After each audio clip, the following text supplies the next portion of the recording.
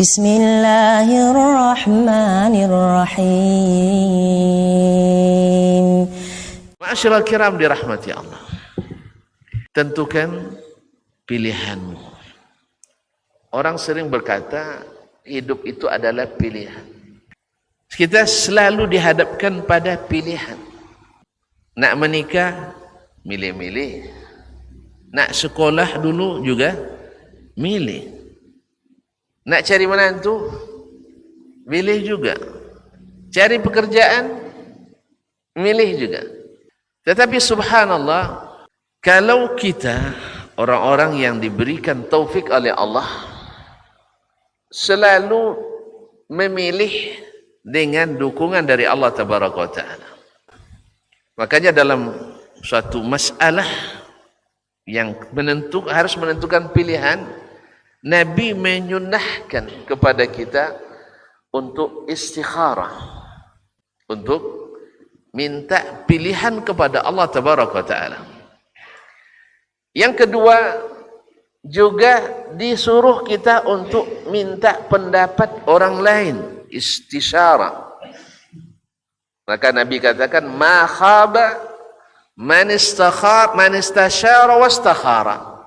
Tidak akan rugi orang yang bila menentukan pilihannya dengan istikharah, minta kepada Allah diberikan taufik dalam memilih, dan juga minta pendapat orang yang ahli untuk memilih. Tetapi tidak boleh sembarang bertanya kalau tidak kepada orang yang ahlinya. Tidak boleh minta pendapat kepada orang yang tidak memiliki. Karena faqidus syai'i la yu'ti. Orang yang tidak memiliki tak bisa memberi. Orang yang tak ahli di situ, lalu kita tanya, maka kemungkinan besar pilihan kita salah besar. Tetapi kalau bertanya kepada yang ahli, sekalipun anak kecil, mungkin akan lebih pandai memilih dari orang yang sudah merasakan asam garamnya kehidupan ini. Ketika Ali ibn Abi Thalib radhiyallahu ta'ala anhu adalah sahabat paling kecil masuk Islam. Subhanallah. Ali bin Abi Thalib memang ditakdirkan Allah hebat. Karena memang dekat dengan orang-orang hebat. Dan lahir dari keturunan orang hebat-hebat. Dan bersaudara dengan orang yang paling hebat, yaitu Muhammad sallallahu alaihi wasallam. Kenapa kok bisa dia menjadi tercatat dalam sejarah anak kecil yang pertama masuk Islam? Padahal biasanya anak-anak itu ikut ayahnya, ya. Ayahnya masuk Islam. Padahal ayahnya orang hebat, tapi gara-gara tak masuk Islam, tak jadi orang hebat. Sehingga ketika namanya disebut, lisan kita tak bisa berdoa untuknya. Ya kan? Ketika menyebut Abu Talib, membela Nabi. Abu Talib melindungi Nabi. Abu Talib membantu dakwah Nabi. Tapi tak bisa kita ucapkan radhiyallahu anhu. Tapi kita ucapkan Ali bin Abi Talib, anaknya, kita bilang radhiyallahu anhu wa ardah. Berapa lisan yang memohon kepada Allah radhiyallahu anhu, semoga Allah meridainya, semoga Allah meridainya, sedangkan ayahnya tak beruntung. Sebab apa? Ayahnya bertanya ke bukan ahli, anaknya bertanya ke yang ahli. Ayahnya minta pilihan kepada yang bukan ahli, bukan Allah, kepada berhala. Sedangkan anaknya minta pilihan kepada Allah Tabaraka wa Ta'ala.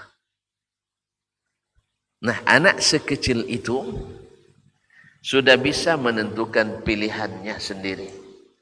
Ayahnya yang sudah dewasa berpengalaman itu tak bisa menentukan pilihannya sendiri.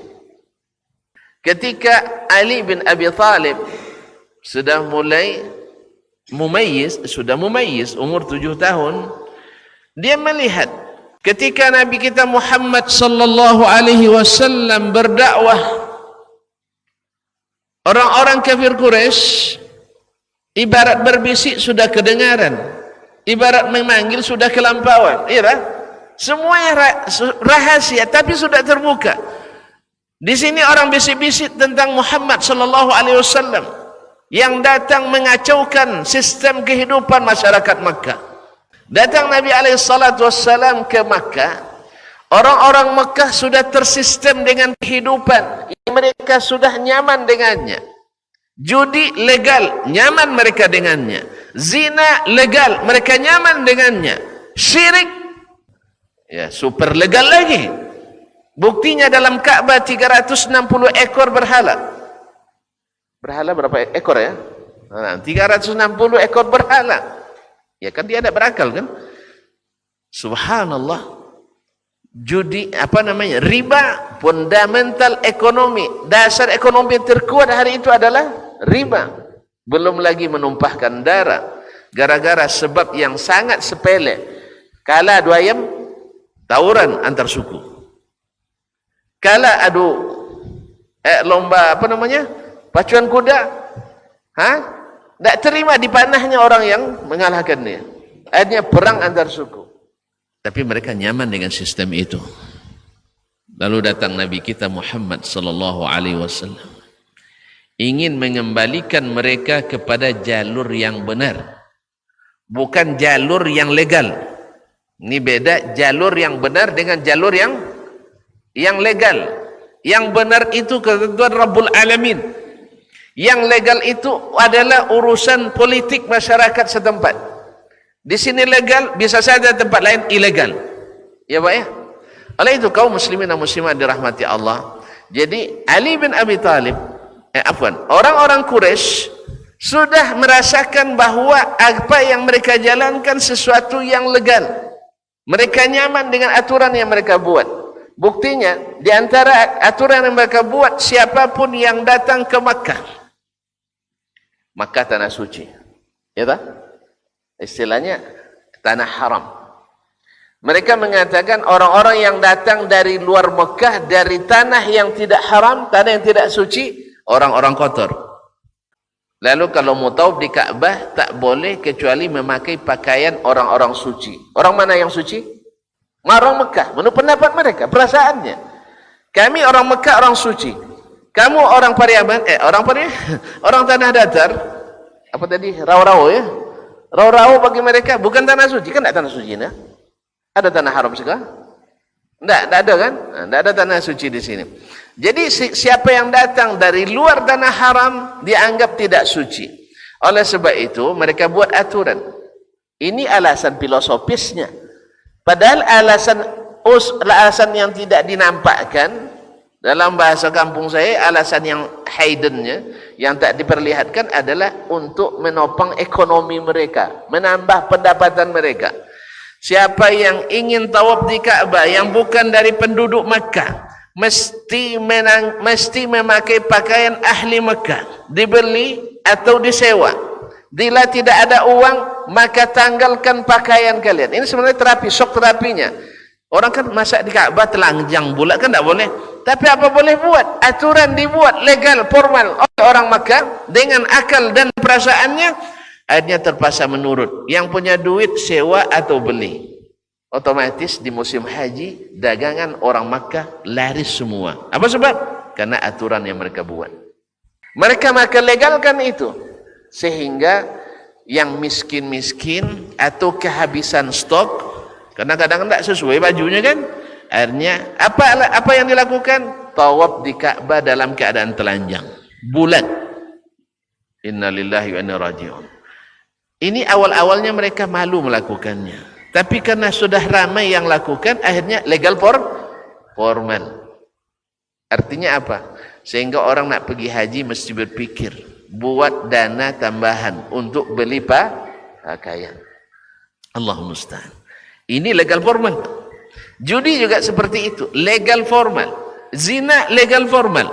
Lalu datang Nabi kita alaihi salatu wassalam membawa dakwah Islam, mengembalikan yang formal-formal yang tidak halal itu ke jalur yang halal dan formal, mengembalikan yang menyimpang-menyimpang itu ke jalur yang lurus, mengembalikan keyakinan-keyakinan yang bercanggah dengan tauhid itu kepada akidah tauhid. Masa mereka yakin Allah hanya mencipta, tapi pas beribadah diserahkan kepada selain Allah. Mereka paham bahwa hanya Allah yang menghidupkan dan mematikan, tapi pas nyembelih korban sema menyema dia buat kepada selain Allah. Maka Allah tidak suka hal itu. Diutusnya Rasul sallallahu alaihi wasallam, karena tidak mungkin setiap orang berbicara dengan Allah, karena tidak patut, tidak semua orang bisa jadi rasul. Atau mau jadi rasul berat, akhi, berat. Tidak bisa dengan latihan, tidak bisa dengan bersemedi, tidak bisa dengan pergi ke gua, karena jabatan rasul itu bukan diusahakan, tetapi dipilihkan oleh yang maha mengetahui pilihan terbaik. Wa rabbuka yakhluqu ma yasha wa yakhtar. Rabbmu lah yang mencipta apa yang dikehendaki dan dia pilihkan. Kaum muslimin dan muslimat dirahmati Allah, kembali ke yang tadi. Nabi datang nak memperbaiki, bukan Nabi yang nak memperbaiki, Allah sendiri. Allah tak suka riba, Allah tidak suka zina, Allah tidak suka orang tawaf di rumahnya dalam keadaan telanjang, Allah tidak suka orang berjudi, Allah tidak suka narkoba, Allah tidak suka segala yang menyimpang. Tetapi kan kita tidak tahu Allah ini suka atau tidak. Di mana kita tahu? Maka diutusnya Rasulullah sallallahu alaihi wasallam supaya kita bisa bertanya, ini sah atau tidak? Tanyakan ke Nabi alaihi salatu wassalam. Ini boleh atau tidak? Tanyakan ke Nabi alaihi salatu wassalam. Ini halal atau haram? Tanyakan ke Nabi alaihi salatu wassalam. Ini syirik atau tauhid? Tanyakan ke Rasulullah sallallahu alaihi wasallam. Ini berpahala atau tidak berpahala? Tanyakan ke Nabi. Ini berdosa atau tidak berdosa? Tanyakan ke Nabi. Sebab semuanya itu kembali kepada Allah, dan Allah kirim Rasul untuk menjelaskan. Makanya oleh sebab itu kaum muslimin dan muslimat, ketika orang-orang Quraisy dulu beragamanya hanya ikut pikiran, logika dan ikut perasaan, yaitu pembatin dan cara membatin, lahirlah akidah-akidah jahiliyah. Akidah-akidah jahiliyah. Orang-orang jahiliyah dulu lihat batu berlubang, dianggap penangkal petir, dipasang depan rumahnya. Tiba-tiba dapat lagi batu yang lebih hebat daripada itu, dijadikan pula sembahan. Dan yang lucunya mereka, bila nak pergi merantau atau pergi perjalanan musafir jauh, kan tidak ada Tuhan di jalan tuh. Menurut mereka tidak ada patungnya. Akhirnya dibuat dari batu, mahal, berat dibawa. Iya tak? Kebawa berat tuh. Nah, dibuat dari kayu juga mahal dan berat. Akhirnya dibuat dari tepung, macam kue. Jadi pas puasa sampai keluarkan dari tasnya. Ya ada dengan cara jahiliahnya. Nah, pas habis bekalnya, tidak mungkin tidak makan. Minta sama dia tidak datang makan. Karena dia tidak tahu, la yanfa' wa la yadur, tidak bermanfaat, tidak bisa datangkan mudarat. Bahkan dia sendiri dimakan tidak bisa melawan. Akhirnya dia coba makan patungnya dulu. Awal-awalnya agak takut-takut dikit gitu ya, ambil hidungnya sedikit. Tidak ada melawan dia, tidak ada kualat. Ambil telinganya, tidak juga kualat. Akhirnya dilahap semua. Itu di kaum muslimin dan muslimat. Begitulah. Karena dengan perasaan akhirnya lahir berbagai keyakinan jahiliyah. Dengan pikiran lahirlah aturan-aturan jahiliyah. Aturan ekonomi dengan perasaan, dengan perkiraan lahir aturan ekonomi jahiliyah yang berpusat pada riba. Demikian juga datang aturan-aturan karena perasaan, ini orang nak menikah tak sanggup menikah. Akhirnya apa? Dibukalah lokalisasi resmi. Kalau dulu di masa jahiliyah, orang pezina itu cukup kibarkan bendera di depan rumahnya. Kalau sudah ada bendera depan rumahnya, artinya siapapun boleh mendaftar di situ. Pendaftaran gratis. Cuman aplikasinya bayar. Ya, pahamlah tuh ya. Nah, dan ini tidak boleh diganggu. Kalau diganggu berurusan dengan aparat waktu itu. Dan bukti legalitasnya bila terjadi kehamilan. Waktu itu tidak ada alat kontrasepsi. Maka siapabila terjadi kehamilan, semua yang pernah menjadi members, yang pernah berlangganan di situ dipanggil oleh dokter ahli DNA. Tahu DNA? Untuk mengukur resus keturunan kita. Ini di keturunan siapa? Kalau dulu namanya Al-Qafiyah, yang ahli menentukan jejak. Kalau ada orang yang dicari, dia ketemu jejak onta, lalu dia gini kan, oh ini ontanya Dr. Dasman ini kan. Tahu dia, onta, jejak onta saya tahu dia. Tidak pakai lemu, tapi keahlian yang Allah berikan. Dipanggil. Misalnya di antara membersnya ada 25 orang. Nah, dipanggil. Tengok anak ini, tengok telapak kakinya, lalu tengok telapak kaki mereka masing-masing. Oh ini anak si fulan, ini anak si fulan. Tak boleh menolak, langsung dapat akte kelahiran dan diurus di Disdukpen Capil, dapat KTP elektronik langsung. Berlaku seumur itu, dinisbatkan dia ke ayahnya. Legal apa tidak itu? Legal, sah apa tidak? Sah secara hukum, tapi tidak sahih menurut aturan Allah Tabaraka wa Ta'ala. Mereka tidak boleh diganggu itu. Nah, datanglah Nabi SAW untuk berdakwah merubah hal-hal yang legal itu, yang tidak halal, yang tidak sahih, yang tidak hak. Datang Nabi untuk menjelaskan itu.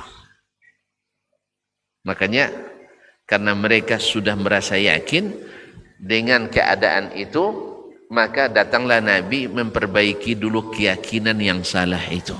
Maka selama di Makkah, Nabi berdakwah tentang akidah, fokus pada akidah tauhid. Karena di sini masalahnya, mereka tidak berkeyakinan bahwasanya yang berhak mengatur kita semua itu hanya Allah Tabaraka Ta'ala. Walaupun mereka mengakui hanya Allah pencipta, hanya Allah yang menghidupkan, hanya Allah yang mematikan, tetapi mereka tidak mengikuti aturan Allah Tabaraka Ta'ala. Maka Nabi menyadarkan mereka bahwa yang berhak mengatur kita itu adalah Allah, dalam ekonomi kita, sosial politik kita, dalam pergaulan kita, apalagi dalam masalah tauhid dan ibadah kita. Nah, melihat keadaan seperti itu, apapun hal yang baru yang tidak kita ketahui, ini sudah fitrah. Tuan-tuan kalau melihat sesuatu yang baru, pasti awalnya tak mau menerima, ya kan? Sesuatu yang baru itu cenderung dimusuhi oleh orang. Ini tidak pernah kita dengar di kalangan nenek moyang kita. Tidak pernah dilihat dalam praktek sehari-hari dalam agama nenek moyang kita.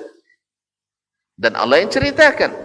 Apabila dibacakan, apabila dikatakan mereka, wa idza qila lahum ittabi'u ma anzalallah, bila dikatakan ikut apa yang Allah turunkan, qalu bal nattabi'u ma alfaina alaihi aba'ana. Tidak, kami hanya akan mengikut apa yang kami dapatkan orang-orang tua kami melakukannya. Nah, hal inilah yang diperhatikan oleh anak kecil tadi. Siapa namanya tadi? Ali bin Abi Thalib. Dia melihat orang-orang Quraisy sudah berbisik-bisik kedengaran ingin mengancam kehidupan Rasulullah sallallahu alaihi wasallam. Tetapi di lain pihak ayahnya tidak juga ikut Nabi. Tetapi selalu berdiri di belakang Nabi alaihi salatu wasallam. Kalau pamannya Abu Lahab juga mengikuti Nabi dari belakang, tapi menjadi penghancur dakwah Nabi. Menjadi fitnah yang membuat doa dakwah Nabi ditolak umat oleh masyarakat. Di setiap musim haji, ketika musim pasar Zil-Uqaz dan Zil-Majaz, Nabi berkata, "Oh ya ayuhan nas, u'budullah wa la tusyriku bihi syai'a." Wahai kaumku, ikutlah, beribadahlah hanya kepada Allah, jangan sekutukan dengan sesuatu. Lalu yang di belakang tadi, yang orang ganteng pula. Ganteng orangnya, Abu Lahab itu ganteng orangnya. Ya, karena dia paling mirip dengan wajah dengan ayahnya baginda Rasulullah sallallahu alaihi wasallam. Karena Rasul itu paling ganteng kan, manusia paling ganteng. Dan dia sangat mirip. Sehingga orang-orang yang tak kenal dengan Abu Lahab yang datang dari Indonesia, Indonesia belum ada waktu itu ya, yang datang dari negeri selain Makkah bertanya-tanya, siapa yang di belakang itu? Setiap Nabi bilang sembahlah Allah, jangan sekutukan sesuatu, yang di belakang ngomong hadza sahirun kadzab, ini tukang sihir pendusta katanya. Setiap Nabi berdakwah dia katakan dusta. Ya, berat kaum muslimin ketika disebutkan itu pamannya sendiri. Oh, paman sendiri tidak ikuti, apalagi orang lain. Ini berat. Jadi sampai hari ini alasan ini masih digunakan orang untuk mendakwah, menolak dakwah yang benar. Tak usahlah ikut beliau. Itu mamak sendiri tak ikut dakwahnya dah. Mamak sendiri tu ongku tak ikut dakwah. Ya tak? Adiknya sendiri tidak setuju dengannya. Ayah sendiri menolak dakwahnya. Ma'asyiral kiram dirahmati Allah. Dan itu terjadi sepanjang masa dalam menolak kebenaran. Makanya Ali bin Abi Thalib radhiyallahu taala anhu waktu itu dia mulai kan sudah bisa menangkap anak-anak sekecil umur 7 tahun, sudah bisa menangkap dia. Ini orang memusuhi Nabi. Dia sudah kenal baik sekali dengan Nabi sejak masa kanak-kanak lagi, kan? Nabi sejak masa kanak-kanak aja tidak ada dosanya, menyenangkan terus. Subhanallah, menyenangkan terus, menyenangkan orang tua, menyenangkan kawan-kawannya, tidak pernah berbantah dia dengan anak-anak kecil. Maka Ali bin Abi Thalib radhiyallahu taala anhu mulai dia ingin menentukan pilihan sekarang. Ingin menentukan pilihan walaupun dia belum mukallaf. Tapi dia ingin tentukan alur hidupnya ke depan. Karena Allah inginkan baginya kebaikan. Maka dia bertanya ke Rasulullah sallallahu alaihi wasallam, "Ya Muhammad." Dia panggil Muhammad boleh kan? Dia kan saudaranya walaupun lebih kecil dia. "Ya Muhammad." Kalau orang kita memang payah dikit. Makanya kadang-kadang bawa perasaan pula kalau kita panggil Nabi makin lama tidak sopan katanya ya. Kaum muslimin, kita panggil dengan ya Rasulullah. Kan dia belum Rasul waktu, dia belum menganggapnya sebagai Rasulullah. "Ya Muhammad, uridu an uslim." Saya ingin ikut agama ini. Tapi saya minta dulu pendapat pada ayah saya. Lihat kaum muslimin.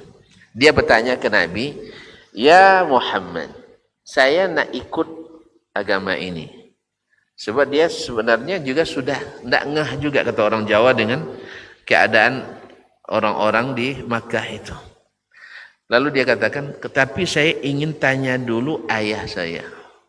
Minta pendapat ayah saya. "Astashiru abi." Saya minta pendapat ayah saya. Apa jawaban Nabi alaihi salatu wassalam? "La tastashir abak."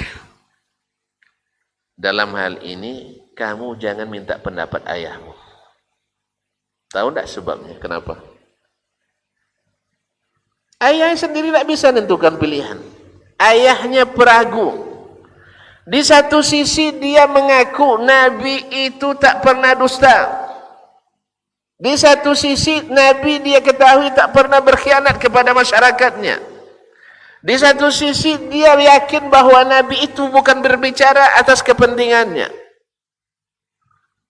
Nabi berbicara dengan wahyu. Tapi di satu sisi dia tidak siap memilih karena masih terlanjur sayang dengan ajaran nenek moyangnya. Terlanjur sayang pada ajaran nenek moyangnya. Sebab ketika dia akan terima dakwah kemenakannya ini, kan kemenakan dia ya, Nabi Muhammad kemenakan kandung Nabi Abu Talib. Kalau saya terima Muhammad berarti saya meninggalkan kebiasaan keluarga kita. Tonton tahu sendirilah, ayahnya Abdul Muttalib pembesar Makkah, jasanya tak terkira. Dia yang kembali menemukan sumur Zam-Zam. Dia yang ikut merenovasi dan merehabilitas Ka'bah. Dia yang senantiasa menyiapkan konsumsi akomodasi para jemaah. Walaupun jemaah syirik, kan syirik waktu itu kan? Dialah. Semuanya kebaikan untuk orang Mekah dia yang lakukan. Tak mungkin gara-gara dakwah Muhammad seluruh jasa itu hilang. Masa? Kan seperti pertanyaan pernah ditanyakan pada seorang da'i dari India, Zakir Naik. Ini orang tidak muslim, tapi Masya Allah katanya, ini orang tidak muslim tapi memelihara anak yatim di seluruh dunia. Kan ada kan? Di Afrika 1.000 orang anak yatim dia pelihara. Di Asia ada 3.000 anak yatim yang dia biayai. Belum lagi dia buka rumah sakit gratis. Bahkan mungkin ada sebagian negeri dapat bantuan, masjid dapat bantuan darinya. Tapi sayang dia tidak Islam. Apakah dia juga akan masuk neraka? Berarti kalau begitu Allah tak menghargai kebaikan orang ini. Nah gimana? Masuk neraka atau masuk surga? Kenapa? Tidak terdaftar masuk surga. Jadi memang harus daftar masuk surga, itu harus terdaftar. Dia mengilustrasikan, menggambarkan, ada seorang mahasiswa tapi dia tidak terdaftar di universitas. Dia cerdas sekali. Kuliahnya ikut terus setiap semester. Dan ikut pula ujian. Dikasih nilai oleh dosen. Nilainya A+ terus. Sampai semester 8 ikut pula nulis skripsi. Tetapi ketika mau diwisuda tidak didaftarkan wisuda. Kenapa? Tidak ada nomor registrasi. Lalu mungkin tidak dia dapat ijazah? Tidak. Dalam hal ini dia sudah belajar penat 8 semester 4 tahun ikut perkuliahan. Penat tak? Penat tak? Capek tak? Panik tak? Kadang panik pula gara-gara itu. Dia ikuti seluruhnya. Pakai biaya apa tidak? Biaya apa tidak? Hebat tak dia? Hebat. Tetapi dia tidak dapat ijazah. Apakah universitas menzaliminya? Zalim? Kenapa? Salah sendiri kenapa tidak daftarkan diri. Tidak daftarkan diri untuk dapat ijazah. Sebab kalau dia daftarkan dapat ijazah. Makanya untuk masuk surga perlu pendaftaran. Dan Alhamdulillah semudah-mudah pendaftaran adalah mendaftar masuk surga. Dengan mengatakan asyhadu an la ilaha illallah wa asyhadu anna Muhammadar Rasulullah. Ikuti seluruh konsekuensinya, insyaallah lambat atau cepat pasti masuk surga. Jadi kalau tak terdaftar jangan harap masuk surga sebaik apapun kita. Maka disitulah benarnya bahwa dakwah itu mesti dimulai dengan pendaftaran, yaitu dengan mensahkan dan aplikasikan tauhid. Sebab maksiat sebesar apapun dengan tauhid yang benar, insyaallah dapat ampunan, baik dengan kita mohon atau Allah sendiri yang memberikan keringanan. Insyaallah ada harapan. Tetapi kalau seandainya tak ada maksiat sekalipun, rusak tauhidnya, kemungkinan besar kebaikan yang banyak itu tak berharga. Gara-gara syirik yang dilakukan. Sehingga maksiat sebesar apapun dengan tauhid bisa menjadi kecil. Tetapi kebaikan sebesar apapun dengan syirik bisa tak berarti. Makanya kaum muslimin dan muslimat, Nabi meluruskan dulu tauhid mereka sebelum menurunkan atau menjelaskan hukum-hukum ibadah, hukum-hukum muamalah.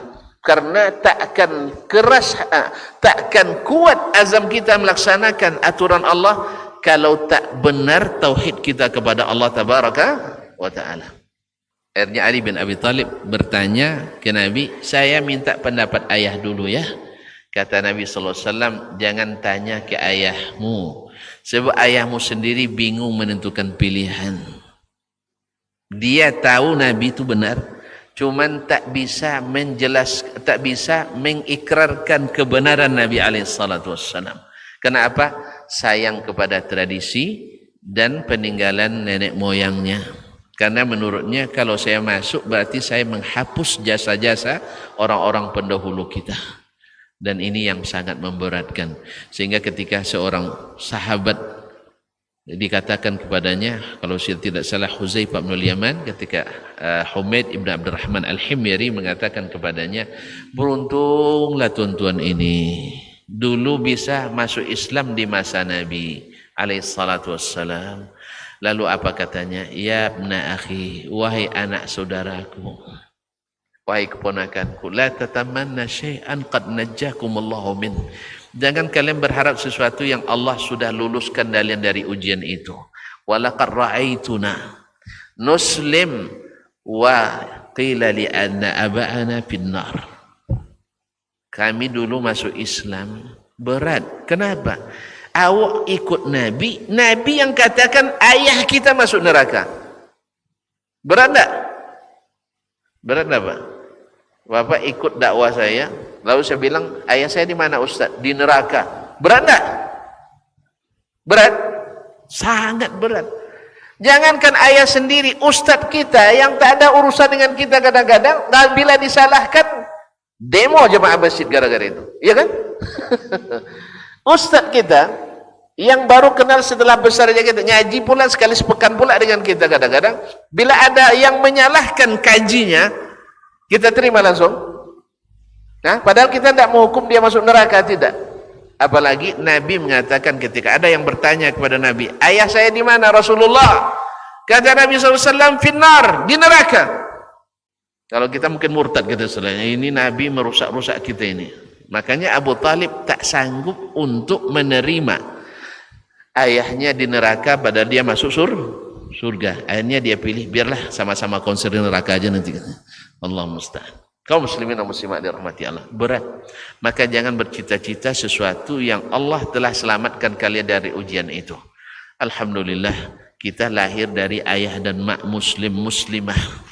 Mudah-mudahan kita tinggal meluruskan syahadat ini dengan berilmu, dengan meyakini, dengan benar dan jujur, melaksanakan konsekuensinya, menerima semua yang datang dari Allah dan Rasul, kemudian diamalkan dalam bentuk amal nyata, dan kita tidak lagi terkait dan terikat dengan tradisi-tradisi yang tidak sesuai dengan yang Allah inginkan dan Rasulullah SAW ajarkan. Tetap memohon kita kepada Allah, semoga kesalahan yang telah berlalu Allah maafkan, kesalahan orang-orang dahulu Allah maafkan, dan semoga Allah kumpulkan kita dengan mereka di surga yang penuh dengan kenikmatan.